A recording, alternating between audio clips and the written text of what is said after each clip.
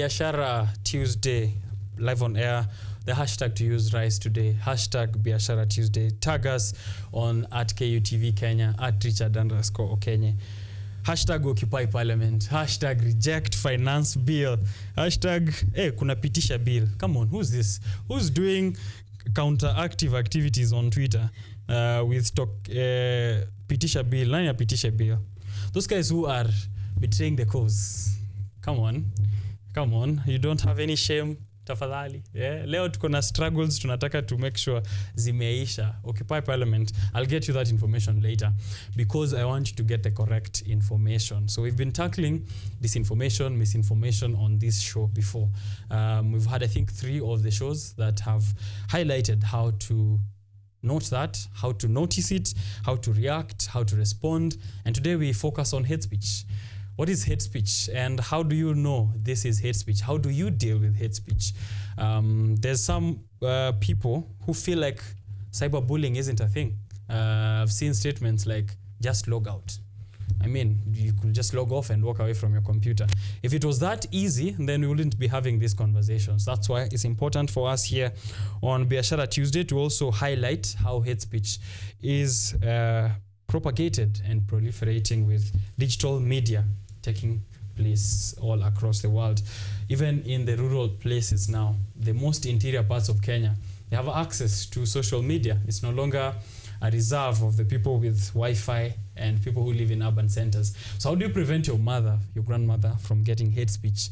Utapata analia hapo anasema kuna mtu amemwambia sijui nini, utamwelezeaje hate speech ni nini na hawa ni trolls, umwambie huyu ni bully, utamwelezeaje bully anakaaje online? We are tackling all that and any questions that you have with Timothy Kimaiyo, communication specialist, and as well as Donna Morara, who is a digital democracy champion with the Constitution and Reform Education Consortium. Both of them have been on the show before, so maybe just a short introduction to the people who are seeing them here for the first time, and then we get into the conversation.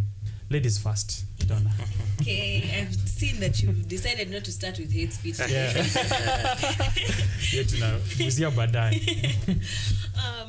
Okay, so my name is Donna Morara. I am a digital democracy ambassador for CRECO Kenya and also Journalist of the Year 2023-2024 at USIU. What else? I'm really excited for this conversation considering today is International Day of Countering Hate Speech. Yes. So I'm really looking forward to the conversations that we're about to have. Nice. Welcome to the show. Thank you. Timothy? Yeah, Welcome back, bro. Thank you so much. Yes. So my name is Timothy Kimaiyo. I am a communication specialist. I support a non-governmental organization called Inform Action in the communications department. And yes, indeed, it's a timely conversation. I think it's happening at a time when we are really struggling with a lot of, discussions about the finance bill. You can look at the political space now, the angle that is taking. So it's a timely conversation. It's good that we're here to have the discussion, and I look forward to the discussion as well. All right. Yeah. It's happening on the day of countering against hate speech. Yeah. So we are right on time. Yani, sisi discussions zetu zina happening right on time. We are cooking here.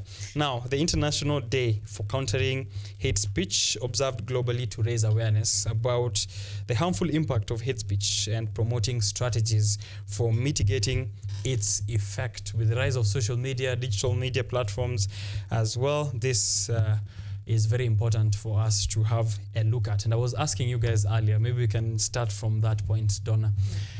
Have you encountered hate speech in your life, whether by giving it? Mm-hmm. I don't know if that will be a confession to a crime, but maybe the people around you, you've noticed how maybe they are with hate speech, or if it has happened to you, even in the most subtle ways.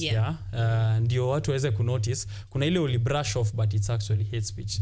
Could you let us know with perspective from your life. Yeah. Yeah. I think first of all, you might want to understand exactly what hate speech is, because these days with anything hate is just, that's just hate speech, you know? Yeah. But hate speech is any communication, but whether it's written, spoken, or even just behavior that attacks an entity, a group of people, a person, and it's based on things like the identity, various identity factors, like their race, their religion, their sexuality, their gender. Those are the things that are considered hate speech. They are termed as hate speech. Now, you've asked about whether I've experienced hate speech. I think probably the best example of this was back when we were in high school. In high school, I had a bunch of Muslim friends. I don't know why, but I really did. Yes. And to be in favor with Allah. Yeah, I was. Yes. So at the time, whenever we would go places, it didn't matter where, but they would receive intense hate sometimes, like, oh, Al-Shabaab, oh, bombing, like they were always associated with terrorism. So I think that was probably the most blatant forms of hate speech that I ever encountered, because I'd never thought about that. Yeah. But then you go to certain spaces and then you realize how much stigmatization and scapegoating that these people actually are going through, because they are blamed for things that an Islamist terrorist group was doing. Yes. So then all of them are painted with that same paintbrush, and that's not true. And that's probably that's the angle that hate speech takes all the time. It's just blatant attacks on people. What I get there is that it can happen offline. Yeah. Yes. It's because now we are speaking of digital spaces. People think that, hate speech is just something that you find with a cyberbully online or a troll. But it can also happen in person. Someone could be just a hater in real life. Yeah. And we'll get to see how those scenarios look like. Timothy, there is a phrase that, as I said earlier, just log out. Just walk away. Is it that easy? And maybe again to tie in with how you've interacted with hate speech in your life. So let me start by saying that I also have my phrase that hate speech is the poison of the mind. I think it's important to note that, because again we're looking at something that polarizes the communities, something that disproportionately affects the communities. So working and being in the digital space for quite some time, and also as a communication specialist, focusing on using the digital spaces as a tool for communication, I think hate speech is really a big deal for us today. With the advent of the internet, we have increasingly use of the digital spaces in terms of communication. It is actually a challenge, and I'm glad that we're here today, because again, you've truly mentioned that there's need for us to look at the strategies of how we'll be able to counter this kind of a problem. So there are a lot of strategies that we need to look at. Just having having that background of what hate speech means, then we need to critically look at, now we have the internet, how are we able to counter hate speech? Okay. Yeah. Have you interacted with it in your life? Has someone been a hater to you or to someone around you? As I had mentioned earlier, I think I'm a passive user of social media as much as I use it to communicate. But again, I have, as she has mentioned, I think this is also happening offline. Yes, because I know that there's things that are happening offline. But with the digital space, I know that this has really increased. Yes. The root of hate speech normally is around misinformation, disinformation, as she mentioned. A stereotype is still misinformation. It's like everyone with a hijab is a terrorist, or this kind of people, all of them are like that. And fake news at the same time. Would you maybe give us given you're from Inform Action, just an explanation of disinformation and fake news and how this ties into hate speech? So disinformation is you're doing it deliberately. You are going to an extent where you are manipulating content just to disinform the public. And then misinformation is a situation where you are misinforming, you are spreading information without ascertaining whether that is the truth or not. Because most of the time, even with the digital spaces and spaces like the WhatsApp groups and the forums, local forums that I'm in, I've seen, links that are being shared, and most of those the participants in that WhatsApp group then forward those messages, so without them knowing whether that is the truth or not. So I think yes, that is misinformation. And then now there's the issue of fake news, where you are writing articles about someone like Okenye, that maybe Okenye wants to vie for the position of governor in Nairobi County. Yes, so maybe he's working at KUTV and has misappropriated funds at KUTV as a news anchor. I think those are some of the fake news that are being generated in the digital spaces. So again, working in this space, I think that has become even a threat to our democratic processes in Kenya, because I believe that we've achieved a lot as a country, but again, even in our process and engaging even in things like the financial bill today, I think that is a big deal for us. It's a challenge for us. Because again, there are tax provisions that have been provided in this proposal, but there's been that kind of a twisting of information about those tax rates and digital service taxes and whatnot. So I think it's really a big problem for us as a country. Right. Misinformation, disinformation, fake news, and how that ties into amplifying hate speech. Donna, I would like to hear your submission on that. Fake news, 10 things you didn't know about Donna. Number 6 will shock you. Such things. How do they amplify hate speech eventually? I think the first thing that they do is they create a false narrative. So we spoke about hate speech, but we didn't really speak about its forms. So one of the forms that it comes in is scapegoating. Now that's where a group or an individual is blamed for all the misfortunes that a country is experiencing. So see, like how Donald Trump likes to blame Mexicans for increased drug rates, crime rates, and even the drugs coming into the US. That's a form of scapegoating. It was done also in the Nazi Germany with Hitler when he was in power. He liked to blame the Jews for every misfortune that Germans would experience. The idea was that the Jewish people were the ones that were taking away their jobs.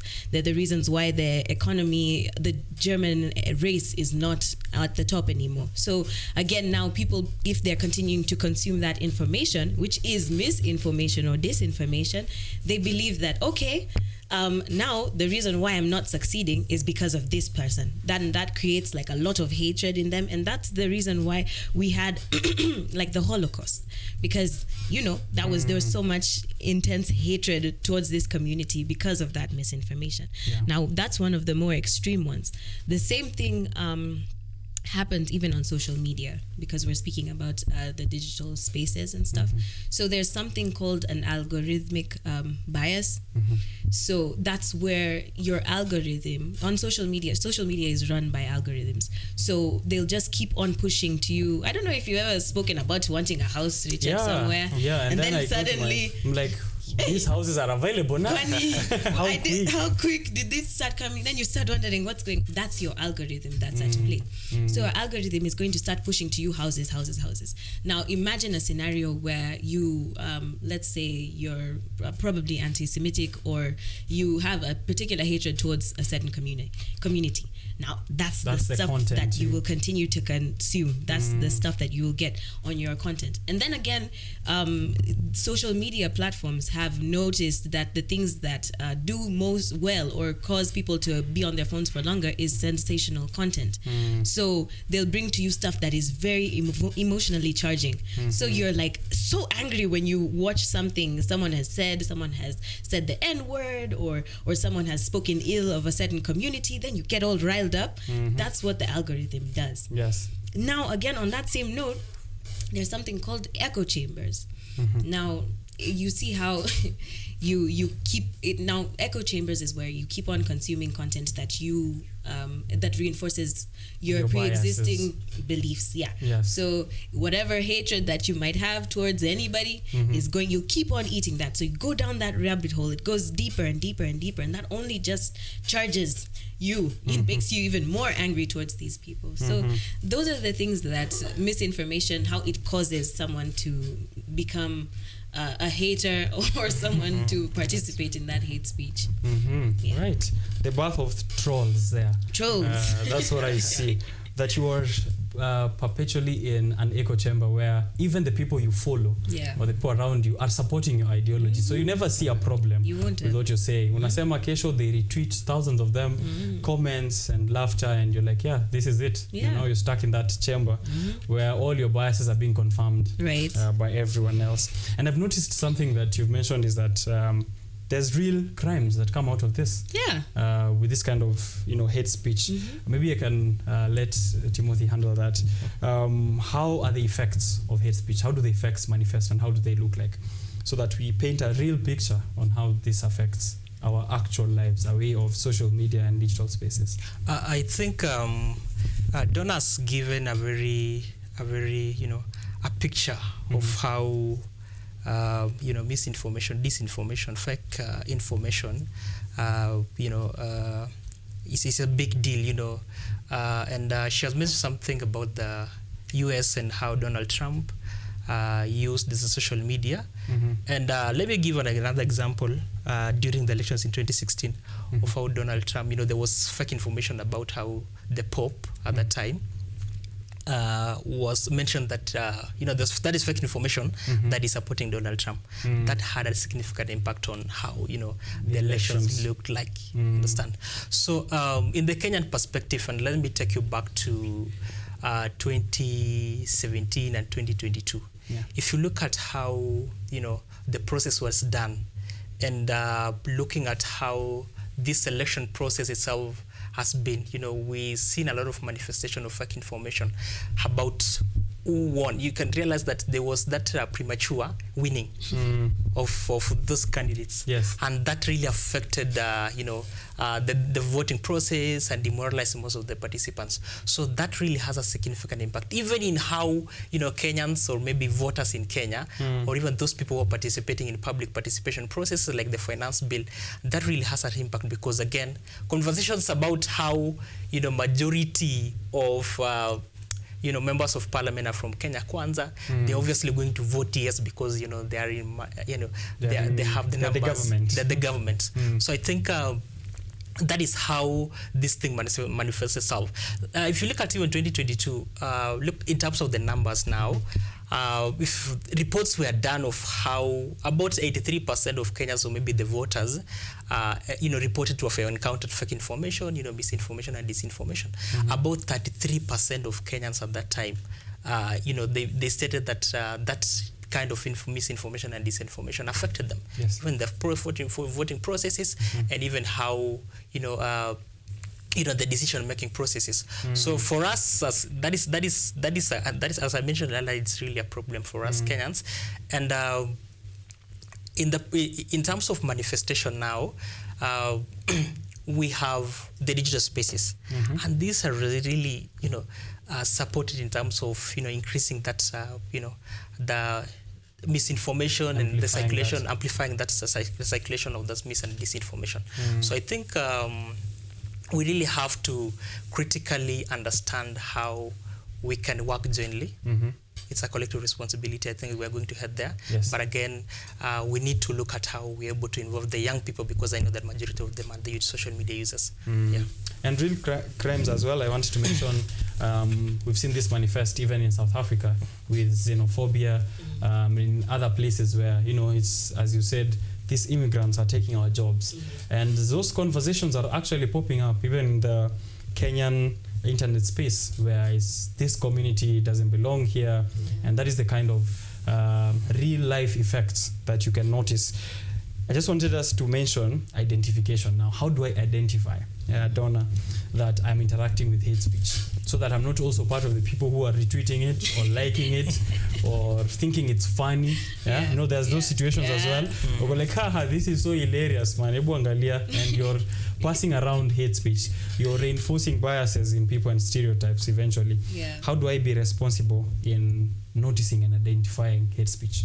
I think it can become a very tricky conversation, this whole hate speech thing, because sometimes it presents itself in the form of memes, like you said. So like, Kisii people are like this, or Kalenjins are like this, then you laugh about it, you share, it's never, it seems harmless, it doesn't sound like that. But then they're more like aggressive forms of hate speech that I see sometimes people. There's a lady right now on Twitter on TikTok that's trending for saying the N word, and she's white and speaking ill about black people, and it feels like these are conversations that happened a long time ago, like the racism, like blatant racism like that, man. Right? But it's stuff that's happening now. So again, it boils down to the definition of hate speech. What is it? Any type of communication that attacks a group of people, a person, based on those things that I mentioned earlier of race, sexuality, or gender, and whatnot. So if anything that you are saying, or anything that you're retweeting, anything that you're reposting has content or information of that kind, you probably are engaging in hate speech, and you probably should watch out. Again, I know as individuals we have biases. There are things that we don't like. But these are some of these things. There's some things that you just obvious. That are no. There's no you can't. There's no gray area. There's no gray area here. This is just clearly hate speech. You shouldn't be engaging in activity of this kind. Also, I think we also need to, as a community, practice tolerance towards other communities, because everybody is different. We come from different spaces, different livelihoods, different backgrounds, and a lot of the time hate comes from a place of fearing people that are not like you. So I think if we are able to practice adopt more tolerance in our engagement and interaction with other people who are not like ourselves, we will be in a place where we will not actively engage in hate speech, and that hate culture that is online and offline will die down. Yeah. How do I notice I'm in an echo chamber? Because it's really tough if everyone around me is reflecting something that in other spaces we call yes men. Yeah. I'm surrounded by people like dope, good, man. Hey, good. Latest tweet, best. How do I notice so that I'm not flourishing in that environment? Yeah. Alafu years later maybe ndo niko like wow, this is the kind of damage that this is, whether through my own ignorance or I don't know. Yeah. How do we make people notice wako kwa echo chambers? Yeah. I think a lot of the time people who have been in echo chambers and have come on YouTube and other digital platforms to talk about their stories, they always start with the fact that it was just like as a joke at the beginning. You understand? It was like one post about I don't like black people, or I don't like I don't like a certain group of people, and that just started to be the trend. You start consuming it slowly. Then you meet a community that agrees with all of those beliefs, and then you remain stuck in that cycle. It just keeps on ending. It's so vicious. Now, I think if you don't want to be part of that bandwagon, I think it's important that you surround yourself with a very diverse group of people. Offline and online. For example, I went to USIU. So in USIU, you are interacting with a bunch of people from different cultures and different parts of the planet. You are going to experience different perspectives, different views, and different opinions. And that requires you as a person to not only exercise tolerance, but to also be able to understand that there are opinions that are outside your own and be accepting. If not, you don't have to, agree entirely with them. You agree to disagree, no? Yes. I think that also saves you from being in a position where you only hear, yes, I like that idea. That idea is completely... And also, it's important you engage in conversations with a large group of people. Yes. Because sometimes you can get so hell-bent on your own opinion that you don't see it any other perspective. But then there's someone, your friend is going to be like, are you sure about that? Yeah. Have you ever seen it in this perspective? It's really interesting, even in my own home.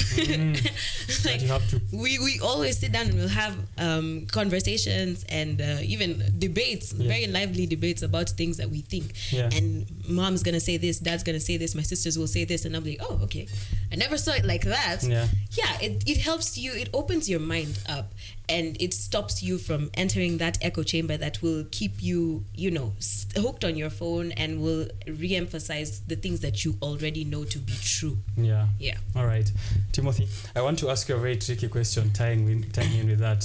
And it's with now, there's a lot of male empowerment conversations happening online. We have now male Mental figures. health. Yeah, we have male figures who, like guides now. They're the messiahs. I will not mention the names, but these are also part of the echo chambers. Yeah, reinforced. There's some with actual specific dates when this wisdom is passed out.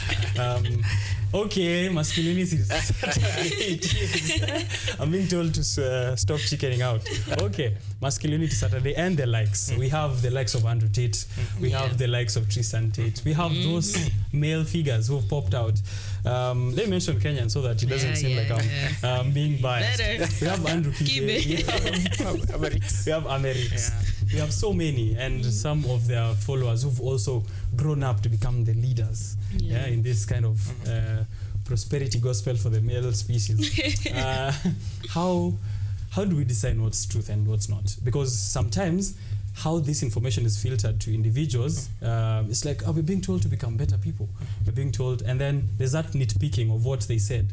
It's like, I have this clip of him saying, work hard, wake up early in the morning, and do whatnot and do this and do that.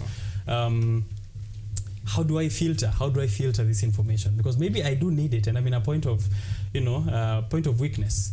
I'm like, this man looks like he got his stuff together, man. He has a Lamborghini. He's prospering, man. Why would I not be with this? And it's easy for me to associate that success with what he is saying or what they're saying. And sometimes, eventually, I fall into that same train of hate. Now, naturally, aligned to philosophies that were not even my own. How do I deal with that? Okay, I think what is very important, and as a strategy to counter, hate speech, is for you then as a social media to have that ability to, critically think, and also be someone who is, who takes time to look at where the source of information is coming from. I think I've mentioned this earlier, that you should be able to even look at the sources of that information. We're talking about, it's a mental, health awareness month for them, for the men. Yes. And it's important because, again, wasema kwamba wanaume kaeni ngumu, but again, as men, we really go through a lot, and from time to time, I think we need to. We've been given an opportunity for us to cry. Finally, which contradicts the philosophies of toxic masculinity. Exactly.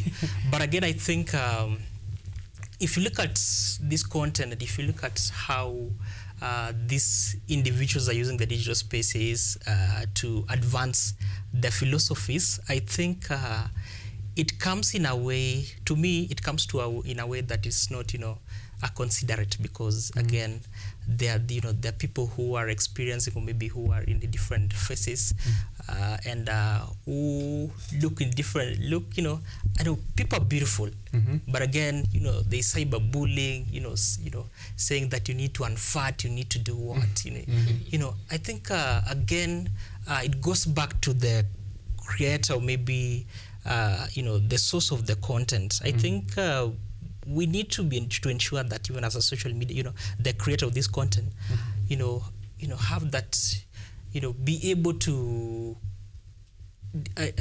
share information that is really considerate, because again, people are going through a lot. Yes. People have their own issues, and if you tell me today that maybe I need to man up as a man, I am going through a lot of challenges. You never know what I'm going through. Yes. I never understand my background. So I think it's important that even as you create content, you have to consider those who are consuming the same content. Okay. And then also, as a social media user, as I mentioned earlier, be able to, look at this critically, filter what you think is good for you. If you feel like this is something that is not good for you and for your mental well-being, then I think you have to look for the things that really positively impact your life. Okay. Yeah. All right. Donna, you're not spared on this same question. Sometimes, because I do not have the exact figures, but I will say, if I was to weigh hate speech in terms of gender, I'm sure ladies receive more of it offline and online. Yeah. The situation that is tricky, though, is that you find after I have done maybe content against you, I've posted some fake news, hating on you, you come back and you do the same thing just to counter my hate speech. I hate on you. Yeah, you hate on me now. You're like, hata umenona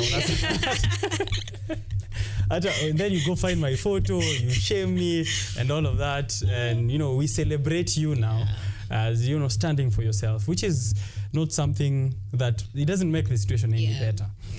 How do we also advise people to ensure they have the right mechanisms of countering hate speech?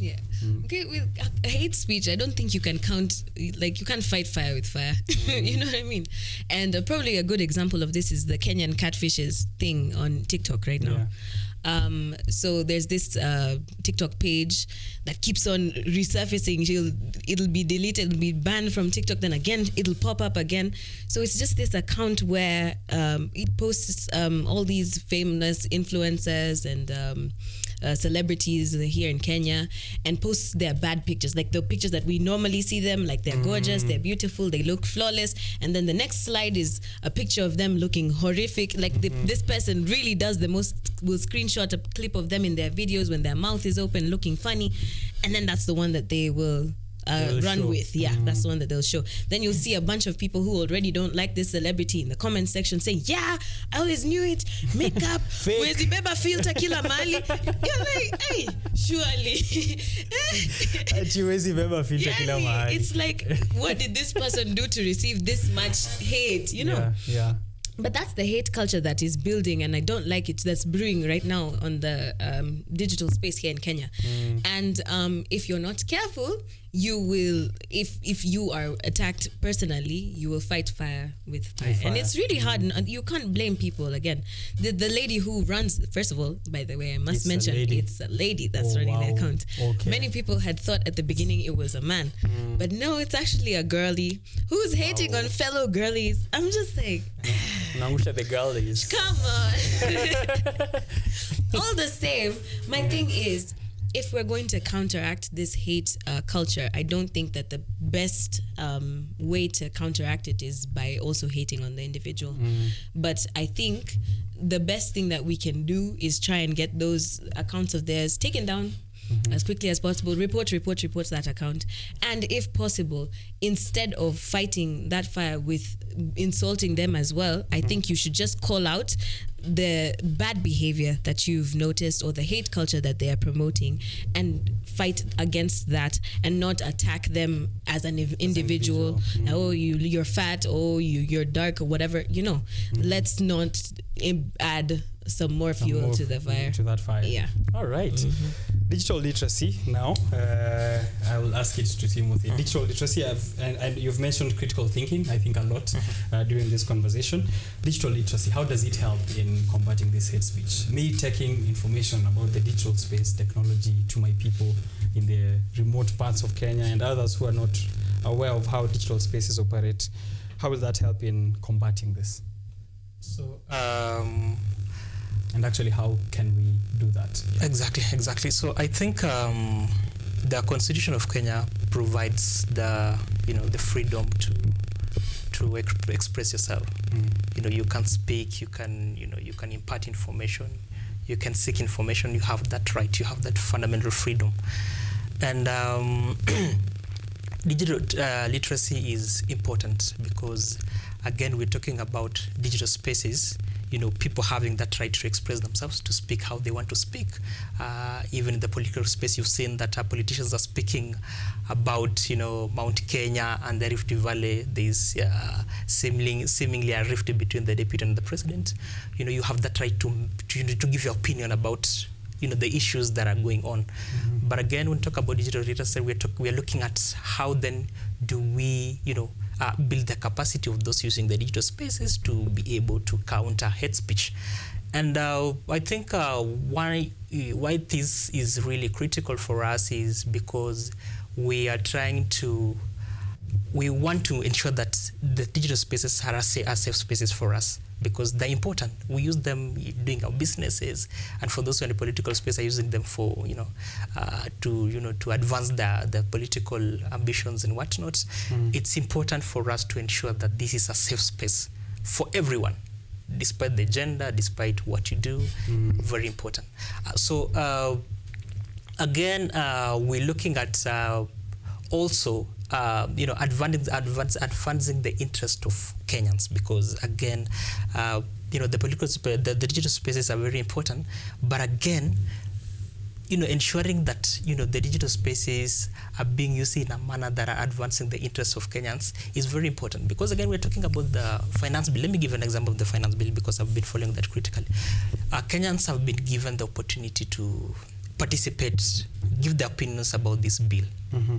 So again, this has been done, different opinions even in the digital spaces, has had a significant impact of how this government is working. Yes. The other day, the president used the private jet. Yeah. That was donated by the friends.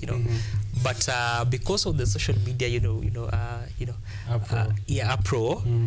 The other day, I think the president came with KQ, yes. which I think again means we've seen the results of using the digital spaces.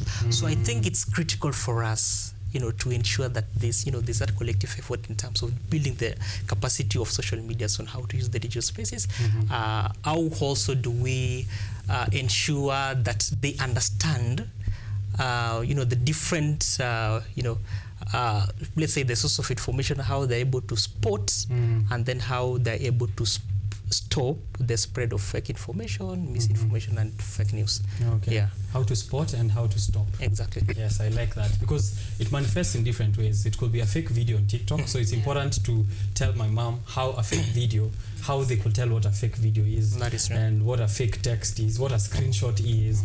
These are really important, and there are tools as well in social media which help this. If it's forwarded many times, you can let them know. Ukiona imeforwardiwa mara mingi, jua tu so see kitu unaweza verify, and those tiny bits. That is true.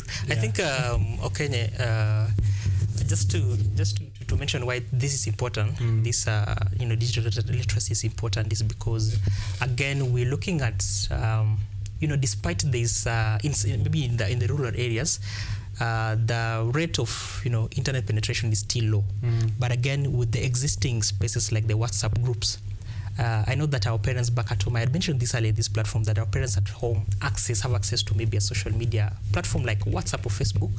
And most of this content that is fake and, has a lot of content that is, that is discriminatory or maybe hate speech, is shared on these WhatsApp platforms. I've seen a lot of this information circulating in these social media platforms. And most of the time, because they don't have that ability to tell whether this is the truth, most of this information, videos are edited. Yes. You take videos from 2017, the elections in 2017, you combine with what is in 2022, and it's the same that is thing. Becomes a different story, and this is circulated on WhatsApp groups. This really has a significant impact on how the people at rural areas think, how they feel about a certain community, how they they perceive politics, and how leaders work in their spaces. Yes. So even the politicians, I think, have become people who propagate hate speech, because most of the time the people who sometimes the media benefit out of it. Exactly. I mentioned the other day that you can't say that I'm married if you don't have a wife, because again, politics and propaganda, it's those kind of they have a link. So I think there's also need for us, when we talk about digital literacy, we also need to look at how politicians also contribute significantly to this, and also tell the people that please be careful, these are politicians, and there's some things that they can mention for their own benefits. Exactly. All right. Are there legal and policy frameworks that you can use in trying to combat hate speech in society? I believe that we are not short of policies, but we are short in terms of that goodwill to enforce those policies. Okay. Because again, as I mentioned earlier, that we have, you have that right to inform the public, you have that right to impart any kind of information, to speak what you want to say, you have that freedom of expression. But again, the constitutions has limits. If you propagating hate speech, then there's a problem. There's also, it's called the National Cohesion Act. I think if you look at that, there are provisions that in that Act of Parliament, and if also there's also the data, Data Protection Act, which again is critical in terms of protecting, your data even in the digital spaces. And yes, those provisions are very critical for us. I think the issue is the enforcement of those laws. Yes. And also, I think there's a gap in terms of even the law enforcement agencies.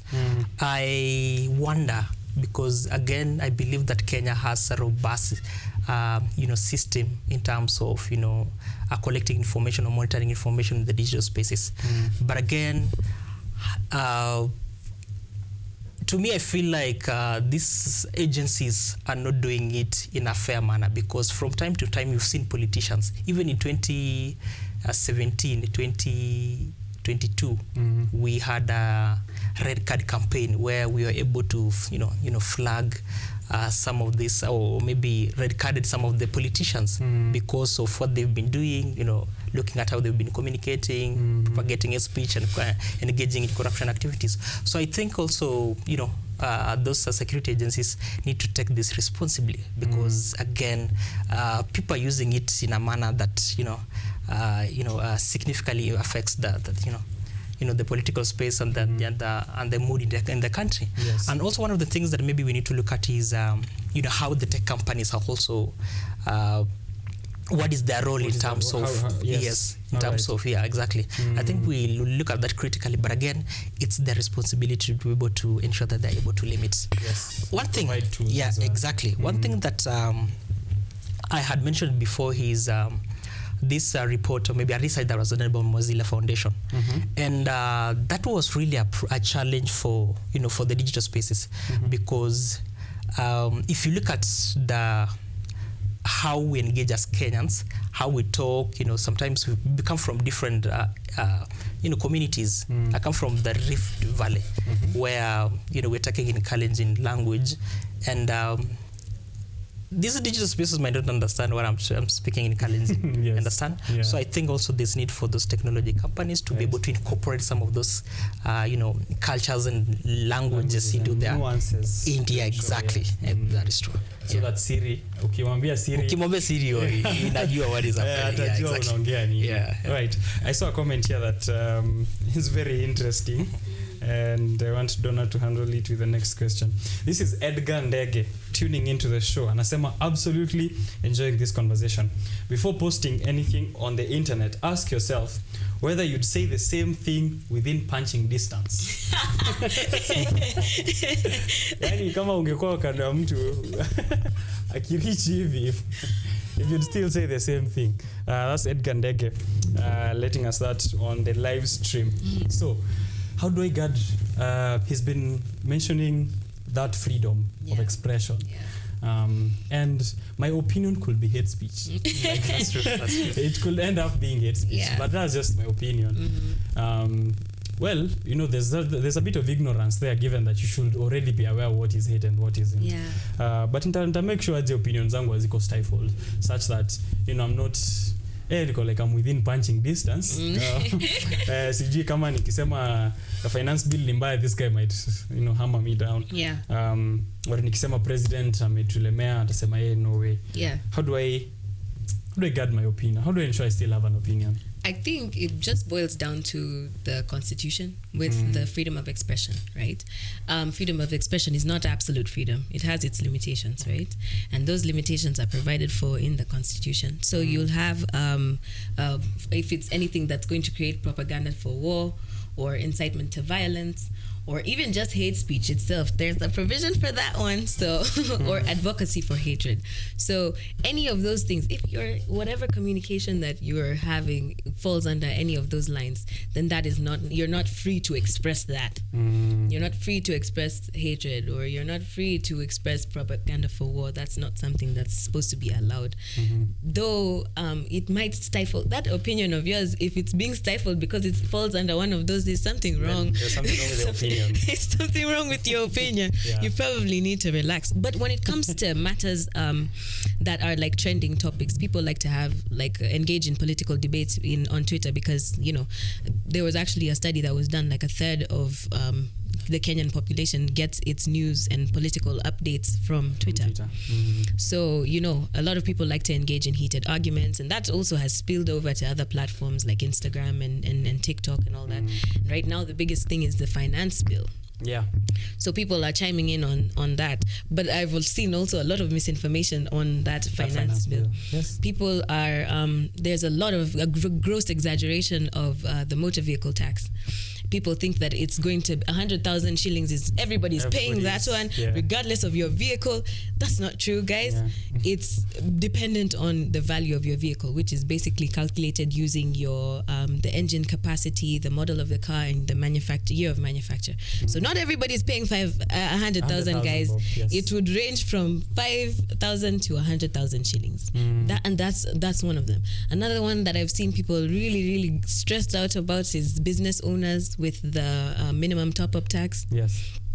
People are afraid that tax that minimum top-up tax is going to apply for everybody, but no, it's for multinational firms, residents. Those ones who are the ones who are making an annual gross turnover of about 750 million euros.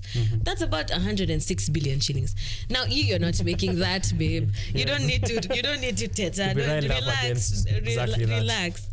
Another one is the digital creators. Yes. They're really stressed out about the tax that, yes, they're going to be taxed, but non-residents are the ones that are receiving the 20% tax. Yes. The local ones, you're receiving 5%. There's a lot of uproar about that, that tax part. But the idea is to tax more, non-residents over. So though I'm not in support of the finance bill, it's good, reject it. Kwanza today. My idea is just don't spread misinformation or create propaganda for something that is not there. It creates unnecessary panic and might even cause public danger, So I hear you that also help me save my anger, because I've been too angry for something for nothing. Well, I could save it for another day. So if I'm riled up, let me be riled up against just 5%. Usinipatie hasira ya 20%. Unasema woi sasa hii pesa zangu. Nishinde kufanya kazi wiki mzima. So there, and that's how you can identify, combat. Just a few tips that we could offer to you. Ensure that you're using the resources around you. Use the constitution to weigh your opinion. In a lie wapi. Ndio ujue kama ni opinion ama ni hate speech as well. And the tools that you're offered on digital spaces to verify fake news, to reverse search images, to verify links, sources, websites. Be very careful. I saw something else recently also, which I wasn't even, I'm sure they will have caught me. Hapo wangenipata. It was google.com. But then the O's are zeros. So you would easily click on that link thinking it's, this is Google. So be very, very careful, even on the very, saizi hata singekuwa na kakitu. I think for that, like Kreco has a very, very important slogan that they're running with right now, which is to stop, reflect, and verify. So whenever you come into contact with any misinformation or disinformation, because we meet it in all sorts of forms these days. If you are an owner of a smartphone, I'm sure you've gotten some of it. So the idea is, when you first encounter any sort of information, you don't know, you're not aware of, at this point, if it's misinformation or disinformation. Stop first. Consume that content. Read it through. If it's an article, we have a problem never reading articles all the way through. We just take and then start sending it over to our families, causing panic in the church group. Relax. Before you do all of that, read all of it. Read all of it. Then once you've done that, reflect on it. Is this something that makes sense? Is it stuff that has been said in other spaces before? Is it something that has been reported formally in traditional news media outlets? Or is this just something that seems so unrealistic? A lot of the time when you're grappling with disinformation, it's something that often sounds really absurd. Some really absurd, or something that will make you really angry. So if this is something that's probably sensational, you probably need to take a minute and process that information. Once you've done that, verify it. Go to all these other sources, ask a friend, trusted sources. Go to BBC Reality Check that through, and just be in general a digital media literate person. It would save you a lot of heartache. It will save you a lot of scamming. All right. Let's wise up.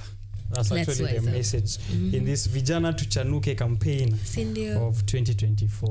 To wise up kabisa, that you need to stop, reflect, and then verify before uanze to spread that kind of information. Maybe just to let them know of more that KRECO does in this regard as we wrap up the conversation. And Inform Action, that is. Yes. Great. So let me speak for Inform Action. Yes.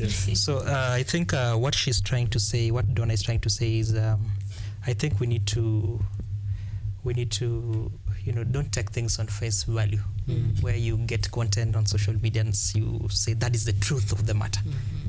You see, so it's important for you to stop, look at that document, look at that article, check whether that video has been edited, because again there's what is called the deep fake. With your few images, you can find yourself in a very weird video. I know. And we've seen this even with the president and the deputy president dancing. I've never seen a deputy president dancing like that, but that is it. That is the point. So I think as Inform Action, we are working closely with the communities, and we're trying to shift the power to the people. Shifting the power to the people in the sense that we are asking them that you have the right to, all that sovereign power belongs to you. Even when we talk about the finance bill, I think the reason why people are meeting, it's because all the sovereign power belongs to those people. At 2 p.m. the meeting today, I'll be there at 2 p.m. Nice. So they have that freedom now to protest. So as Inform Action, we're trying to help the communities understand that you have that right to take action. And take action in different ways, either by presenting petitions to authorities. You have that right to protest as provided for in the Constitution of Kenya. That is the kind of engagement that we're having with the communities. And we are also trying to help them in terms of understanding some of the important articles that help them to access information, like the Access to Information Act, that we have been trying to simplify it and using the same digital spaces to ensure that they understand how, what the act itself means for them, and where they can access any kind of information that they're looking for, and how the information is handled even in those entities. So we are trying to jointly work with different stakeholders at the county level. We're also working with grassroots groups to ensure that we're also able to amplify what the communities are doing. If they're taking action about a certain issue, like a road construction that has stalled for quite some time, let's say a health center that has stalled from 2016, money was allocated, but again, nothing has been done so far. So I think that is the kind of capacity building that we're doing. Nice, thank you very much. Don, as we finish, do have a responsibility to stop people from using hate speech in real life. If I was walking down these corridors of KUTV and I had someone make a statement that I know is false and is discriminatory, do I have that responsibility? Should I take that responsibility and tell them, hey man, to Lisa, or is that too much activism, mama? No, I think people like to avoid difficult conversations or conversations that will put them in precarious positions. But as an individual, if we're trying to counter something, a big monster like hate speech, it has to start in small, what you might think is a meaningless interaction. But informing people that that's not the right way to speak to people. A lot of the time I have to, because I told you that I have a lot of Muslim friends, so when people are giving very racist or something rhetoric, I just don't do that. Not here. We don't do that. We don't do that here. Again, it's the same conversation that people had on the internet about dark-skinned girls and how they are considered lesser than light-skinned baddies or whatever.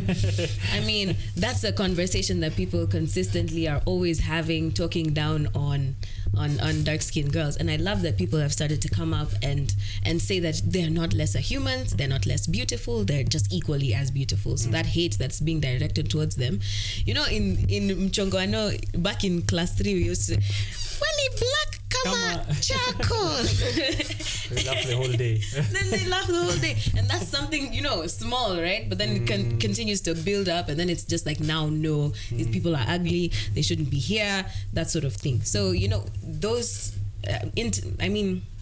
stopping it or nipping it in the bud the minute that you catch it, it's going to do a lot more than you'll actually think it does. Right. You know, that's the only way that they were able to stop racial slurs or, you know, reduce that, because it was insane back in the 50s and even later on. But right now, again, it's not something that is socially acceptable. People are frowned upon when you use the word. There's a lot of hate that is directed towards people who do insult people who from a certain race. So I think I like that direction that we're heading. Yeah. But we shouldn't tear each other down in the process. In the process of doing that. Yeah. We should inform each other. Yeah. Instead. And the only way I think you can do that is being, you know, trying to counter hate speech and like misinformation, disinformation is Greco. So Greco right now is having the Vijana Tuchanuke campaign, where we are educating students across Kenya and even just at large on misinformation and disinformation and how to combat those two information disorders. Right now, there's a campaign that they're running called the Digital Democracy Fellowship. So it's supposed to gather 50 students from across the different universities here in Kenya and bring them together and basically teach them how to be digital media literate. Right. And it'll equip them with all the skills that they need. And at the end of it, they're supposed to run a project, you know, that is on those same matters. And I think that's a very powerful way of countering misinformation, which often leads to like hate speech and all of that stuff, by teaching the youth, who are the biggest active and most active users of social media, how to recognize and even not to engage in the very misinformation and disinformation that we're talking about. That way we can deal with the problem from its root instead of dealing it with from the top. You start from the bottom and then you go up. Salale. Mesema bottom alafu up.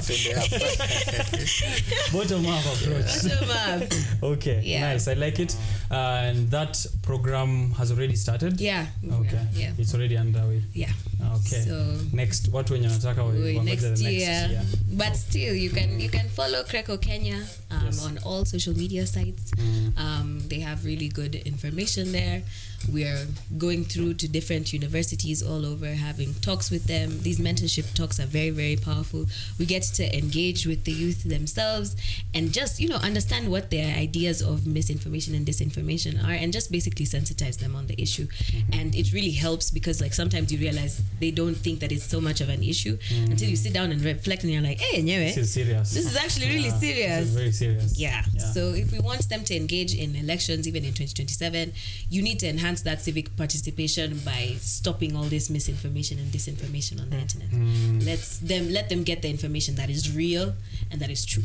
Okay. Yeah. I like that. And on that note, I'd like to just read a few of the comments we've received so far and then give you guys a chance to do your last remarks. Yeah. I'll start with Timothy Hivo and then we'll finish with you. Just a last remark on hate speech and the information disorders, because I think we've had, now this is the third conversation with you on information disorder, and I like how far we've come. Just maybe get those comments out the way. Ezi Ganzel. Apologies if I mispronounce your name. I'm from the deepest parts of this republic. Ask me how I start off my Tuesday. I have the answers, because why not? Who would want to miss such a show? Join us for the daily conversation, and I promise you a mesmerizing day. Thank you very much, Ganzo, for that supportive message to Biashara Tuesday. I already said about the punching distance. Yeah, Just a reminder. If you're saying something on the internet, jiulize huyo mtu unaambia if you're within punching distance. Will you say the same thing? People have pulled up on people. They call it pulling up. Pulling up. Yeah, I pull Guns up blazing. on your block. All right. The Plight KE, the power team, Rich team and Donna is big and better. Great conversation. Duncan Maigwa tuned in. Oh, that's Duncan. Hi, Duncan. Hi, Duncan. Yes, to me, the Plight KE. I hope the Plight is going to reject the finance bill today later. Sindio. Yeah. Rose Morara. Oh, Mama. That's your mom. Mama. Mama, we made it. You're on TV. Let's shout our loudest against hate speech.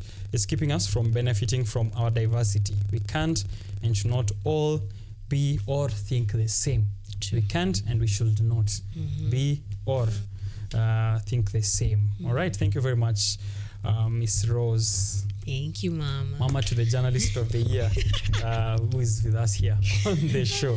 Asante sana for that feedback. I'll read more if you keep sending it on the live stream KUTV Kenya and on social platforms KUTV_Kenya. Last remark from my panelists here. I'll start with Timothy on hate speech generally and maybe anything else that you might have left. Okay. Yes. So I had started mentioned earlier. I think hate speech is truly poison to the mind. It's a problem. It's a challenge for us as a country. And this is my parting shot that we need to come collectively in terms of countering hate speech. It's not a it's not a one man show. It also requires the media who are also, I know that your primary role is also educating the public, and you have quite a number of people following you. We also have, technology companies who have a responsibility to ensure that they limit, how speech is, how it circulates. We've talked about the algorithms. I think there's need for the tech companies to also relook at those strategies and how to able to manage. And then also, I think social media users have a responsibility as well to ensure that they use the digital spaces responsibly. When we talk about social media users, we're also talking about the politicians. I know that we have seen even politicians in the political space. We've seen, utterances from politicians who we truly respect. And if you listen to what they're talking about, the things they're mentioning, it really has a significant impact on, the unity of this country. So it's a collective responsibility. We have a lot of issues, challenges that we are dealing with. So we don't have to put, our peace and our harmony at stake. We have to ensure that we're using these digital spaces to advance the interests of Kenyans. We can use it for the good, right? Yes. So I think, therefore, this is my final call to action, that I think we need to also have an understanding of, the laws that are in place. I think there's need for us to continuously to ensure that there's a sustained campaign on how we build the capacity of social media users. I think this project that is being implemented by CRECO is keen on targeting the young people. Yeah. So I think there should be that continuous capacity building of the social media users, and majority of them being the young people. Yes. We have to ensure that we're using the digital spaces responsibly. Okay. Yeah. Asante sana for creating time for us. That's Timothy from Inform Action, and also It's a ensuring pleasure. that we are getting Yeah, it's a pleasure. yes. Donna, Yeah. talk to us. I think my parting shot perhaps is today. Today is the International Day for Countering Hate Speech. So I think it's important that we understand even why we're having this day to begin with. First, this is a day where we're supposed to promote interreligious and intercultural dialogue and tolerance, right? So that we can counter hate speech. So I think it's important that people understand that they need to embrace the diversity in their communities, in their cultures, others, wherever it is that they come from. And instead of hating that which you're not familiar with, you should probably acquaint yourself with it, you know. It'll help in spreading less hate, and now we spread positivity and good vibes. On that same note, I do believe that we need to do better in terms of the legal frameworks that we have in place already. I believe that we have the Election Offences Act that has something on false information. Then we also have this Computer Misuse and Cybercrimes Act of 2018. And that one, again, is speaking on false publications and how, you know, if you publish any false information, there are legal repercussions for that, right? But again, the issue with those laws is that there's not very selective enforcement of them. I think, again, some of them are just very insufficient deterrents. Someone doesn't feel scared enough. Yeah, that's not scary. Yeah, Let me just so post bad. this. That's not so bad. Pesa kidogo hivyo surely. Yeah, so, and then I think, again, a lot of the laws are very ambiguous, you know. There's not enough detail so there's so many loopholes with that. So I think we should probably revise a lot of these acts or legal policies that we have in place, and probably, you know, we can form something that's more, you know, something with teeth. Yeah, instead of just complaining all the laws are not working, we can sit down and actually come up with something that does work. Yes. And that we can actually enforce. So yeah, happy International Day for Encountering Hate Speech, and I hope today you don't go home being a hater. Yeah. I hope you didn't wake up early to be a hater. Hopefully this has been informative to you on how to counter hate speech and recognizing it and countering it. Very important.